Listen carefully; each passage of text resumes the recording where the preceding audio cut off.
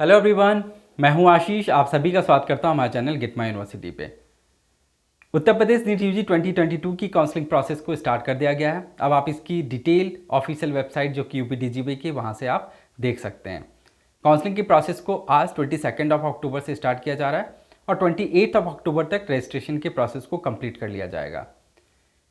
UP में पिछले कई सालों से डिमांड बढ़ती जा रही है क्योंकि गवर्नमेंट ने फीस के ऊपर में कैपिंग रखा, जिसके वजह से ज़्यादा लोग ऑप्ट करना पसंद करते हैं यहाँ के एमबीबीएस सीट को, जिसके वजह से कट ऑफ में भी आप हर साल इंक्रीमेंट देखते चले आ रहे हैं। इस साल गवर्नमेंट की तरफ से एक और स्टेप लिया गया है, वो ये है कि डॉक्यूमेंट वेरिफिकेशन को लेकर के। डॉक्यूमेंट वेरिफिकेशन यूपी में ऑफलाइन मोड पे किया जाता था 2021 तक, बट इस साल से आपके लिए बहुत ही अच्छी खबर है कि डॉक्यूमेंट वेरिफिकेशन के लिए आपको जाना नहीं पड़ेगा आपके अलॉटमेंट से पहले। इस प्रोसेस को अलॉटमेंट के बाद में किया जाएगा, यानी कि सिक्योरिटी डिपॉजिट जो मनी है वो आपको ऑनलाइन मोड पे ही पे करना है। एक बहुत ही टायरिंग प्रोसेस हुआ करता था जहाँ पे हजारों संख्या में बच्चे आते थे और बहुत प्रॉब्लमेटिक सिचुएशन बन जाता था उस वेरिफिकेशन सेंटर के अंदर में। जिस हिसाब से फैसिलिटीज़ वहाँ पे होती थी, कोई सपोर्ट नहीं होता था, जिसकी वजह से लोग काफ़ी परेशान होते थे। और इसका कहीं ना कहीं बोलूँगा कि कोई ऑब्जेक्टिव समझ में नहीं आता था कि पहले आपको इतने बच्चों को वेरीफाई क्यों करना है उनके डॉक्यूमेंट को, जब आपके पास में सीट लिमिटेड है। आपको अलॉटमेंट के बाद में उन्हीं बच्चों को वेरीफाई करना चाहिए जिनको आप सीट एलोकेट कर रहे हैं। तो चलिए, सूनर और लेटर एक अच्छी स्टेप है गवर्नमेंट की तरफ से, जहाँ पे बहुत सारे बच्चे अब ऐसे होंगे जो नहीं आ पाते थे टाइम कंस्टेंट और कन्वेंस की इशू की वजह से, अब वो यूपी की काउंसलिंग में पार्टिसिपेट कर पाएंगे। बट इसका दूसरा इम्पैक्ट भी ये है कि जब बच्चे जो नहीं आ पाते थे, अब वो बच्चे भी होंगे जो यहाँ पे पार्टिसिपेट करेंगे, तो इसके वजह से यहाँ पे नंबर ऑफ एप्लीकेंट भी बढ़ जाएंगे और बढ़ जाने की वजह से यहाँ पे आपको कट ऑफ के ऊपर में इम्पैक्ट साफ तौर पे देखने के लिए मिलेगा। आपने देखा पहले तेलंगाना में काउंसलिंग के रूल में बदलाव आया, जहाँ पे सीट मैट्रिक्स में नए बदलाव किए गए। फिर आंध्र प्रदेश में आपने देखा, मैंने आपको एनालिसिस करके भी तेलंगाना के बारे में बताया, टाइम कंस्टेंट की वजह से हमने आंध्र प्रदेश के बारे में आपको नहीं बताया। बट मैं आपको एक छोटा सा कंक्लूजन इसका देना चाहूँगा कि दोनों स्टेट को जब हमने क्लब करके देखा उनके इम्पैक्ट को, तो ओवरऑल मुझे लगा कि 10% का इम्पैक्ट तो है कट ऑफ के ऊपर में, यानी कि 10% ये कट ऑफ को ज़रूर बढ़ाएगा। तो जो आप एक्सपेक्ट कर रहे थे कट ऑफ यूपी के अंदर में, तो वहाँ पे अब आप 10% उसको आप ऐड करके चलिए। अगर 280 है तो वो अप्रॉक्सीमेटली यहाँ पे 300 के आसपास पहुँच जाएगा, अगर 300 है तो 320 के आसपास में पहुँच जाएगा। तो इस साल की काउंसलिंग में हम बिल्कुल एक्सपेक्ट नहीं कर रहे हैं कि जिस तरह से सिचुएशंस हैं उसके according 300 below cut off expect नहीं कर रहे हैं। हो सकता है इससे ज़्यादा ही कट ऑफ रहेगी यूपी के अंदर में इस साल के काउंसलिंग प्रोसेस में। तो चलिए, आज के इस वीडियो में मैं आपको बताता हूँ कि काउंसलिंग में क्या क्या स्टेप्स इन्वॉल्व होते हैं यूपी के अंदर में, कैसे आपको पार्टिसिपेट करना है। सिक्योरिटी डिपॉजिट के ऊपर में बहुत सारे कन्फ्यूजन्स होते हैं कि ये कैसे हमें पे करना है, कब हमें किस कंडीशन में ये रिफ़ंड किया जाता है, और इसके पीछे क्या क्या कंडीशंस ऐसे होते हैं जिसके बारे में आपको जानना बहुत ज़रूरी है, क्योंकि इतना आसान नहीं है यूपी के अंदर में रिफ़ंड ले पाना सिक्योरिटी डिपॉजिट को। कुछ कॉम्प्लेक्स रूल्स हैं जिसको आपका समझना बहुत ज़रूरी है, जो कि मैं इस वीडियो के माध्यम से आपको समझाऊंगा। साथ ही में फीस स्ट्रक्चर और अदर कंडीशंस के बारे में भी बताऊंगा, और बताऊंगा कि टॉप 10 वो कौन से कॉलेज हैं जिसको आपको फोकस करना है इस साल काउंसलिंग प्रोसेस में, और कुछ ऐसे कॉलेजेस जिनको आप साथ ही में एज ए बैकअप इंक्लूड करके चल सकते हैं। वीडियो को आखिर तक देखिएगा और पसंद आए तो हमारे चैनल को लाइक, सब्सक्राइब और शेयर ज़रूर करिएगा। सबसे पहले स्टार्ट करते हैं काउंसलिंग शेड्यूल के बारे में जान करके। काउंसलिंग शेड्यूल और रजिस्ट्रेशन प्रोसेस को स्टार्ट करने के लिए आपको इसकी ऑफिशियल वेबसाइट www.upnit.gov.in पे जाना है। फॉर्म फिलिंग के प्रोसेस को 22 अक्टूबर से 28 अक्टूबर के बीच में कंप्लीट किया जाएगा। वहीं आपको रजिस्ट्रेशन फ़ीस भी इसी पीरियड के दौरान आपको पे करनी है। डिपॉजिट जो होगा सिक्योरिटी डिपॉजिट, वो आपको 30 अक्टूबर तक कंप्लीट कर लेना है। इसके बाद में मेरिट लिस्ट पब्लिश की जाएगी जो कि 29 अक्टूबर को, और इसका चॉइस फिलिंग का जो टाइम आपको दिया जा रहा है 1 नवंबर से 4 नवंबर के बीच में। रिजल्ट आइदर 4 या फिर 5 नवंबर को पब्लिश किया जाएगा, और रिपोर्टिंग की प्रोसेस स्टार्ट की जाएगी 7 नवंबर से 11 नवंबर के बीच में। फॉर्म फिलिंग का जो कॉस्ट है वो 2000 रुपीज़ का है। सिक्योरिटी डिपॉजिट अमाउंट, अगर गवर्नमेंट की सीट्स के लिए आप पार्टिसिपेट कर रहे हैं तो 10,000, प्राइवेट मेडिकल के लिए 2 लाख और डेंटल के लिए 1 लाख। डॉक्यूमेंट वेरिफिकेशन आपके at the time of reporting की जाएगी। अब काउंसलिंग की हाईलाइट के बारे में आपको बताता हूँ कि यूपी की काउंसलिंग में जब आप पार्टिसिपेट कर रहे हैं तो यहाँ पे 85% गवर्नमेंट की सीट्स और 100% प्राइवेट की सीट्स का पार्टिसिपेशन होता है। डिम्ड यूनिवर्सिटीज़ का कोई भी पार्टिसिपेशन यूपी के अंदर में नहीं है। रजिस्ट्रेशन की प्रोसेस को हर राउंड में स्टार्ट किया जाएगा, यानी कि राउंड 1, राउंड 2 और मॉप अप राउंड, तीनों राउंड में। जो बच्चे राउंड 1 में रजिस्टर कर चुके हैं उनको राउंड 2 में फिर से रजिस्ट्रेशन करने की ज़रूरत नहीं है, बट मॉप अप राउंड में हर बच्चे को फिर से रजिस्ट्रेशन करने की ज़रूरत पड़ती है। तो ये बिल्कुल भी गलती ना करें कि आपने राउंड 1 में किया हुआ है तो आप मॉप अप राउंड में एलिजिबल होंगे। आप एलिजिबल तो होंगे बट आपको उस वक्त रजिस्ट्रेशन फिर से करना होगा।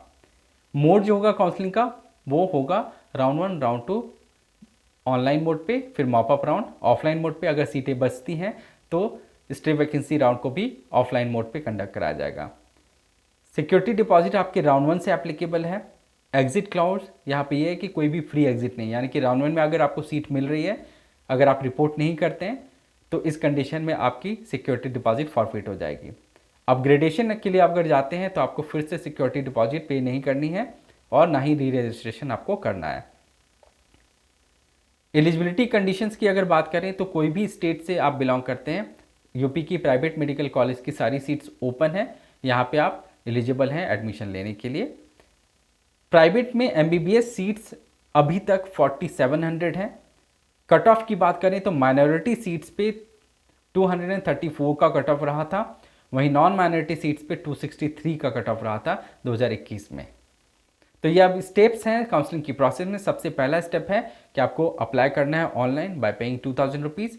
इसके बाद में आपको सिक्योरिटी डिपॉजिट पे करनी है, मेरिट लिस्ट को पब्लिश किया जाएगा, फिर चॉइस फिलिंग आप करेंगे, इसके बाद में अलॉटमेंट की जाएगी, फिर आपको रिपोर्टिंग के साथ में डॉक्यूमेंट वेरीफाई कराना है और साथ ही में आप अपग्रेडेशन के लिए भी जा सकते हैं। अपग्रेडेशन की बात अगर करते हैं तो मैं आपको बता दूं कि यूपी में रिपोर्टिंग के टाइम पे कोई भी ऐसा प्रोसीजर नहीं है जहां पे आपको अपग्रेडेशन के लिए टिक करना होता है या फिर वहां पे कंफर्म करना होता है। राउंड 2 में आप आ करके चॉइस फिलिंग बस कर देते हैं, उसी से आपको अपग्रेडेशन के लिए कंसीडर कर लिया जाता है। अगर आप चॉइस फिलिंग नहीं करते हैं तो प्रीवियसली अलॉटेड कॉलेज ही आपकी रिटेन्ड रह जाती है। अब सिक्योरिटी डिपॉजिट की बात करते हैं। गवर्नमेंट के केस में 30,000, प्राइवेट मेडिकल कॉलेज के केस में 2 लाख रुपीज़ और प्राइवेट डेंटल में 1 लाख रुपीज़।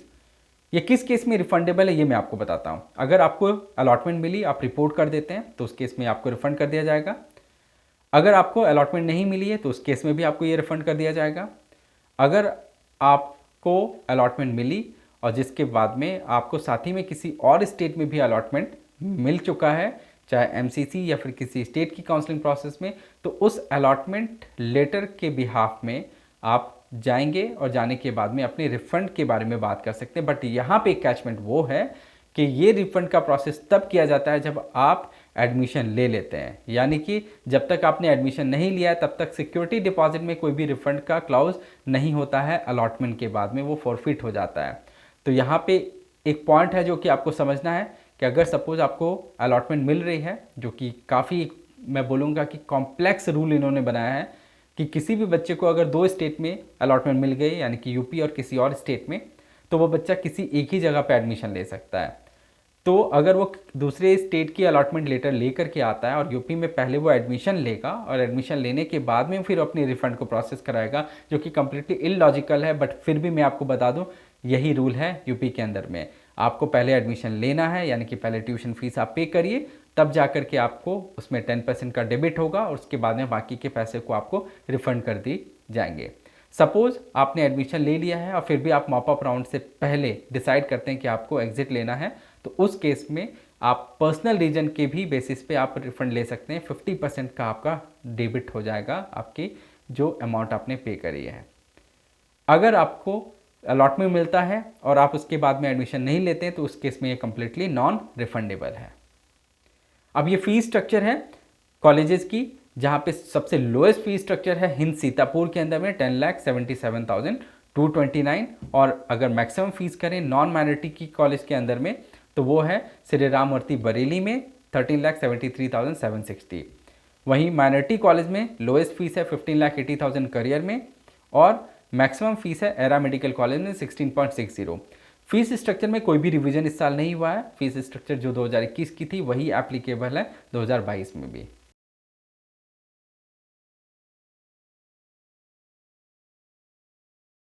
अब ये टॉप 10 यानी कि 10 बेहतरीन कॉलेज हैं प्राइवेट की यूपी के अंदर में।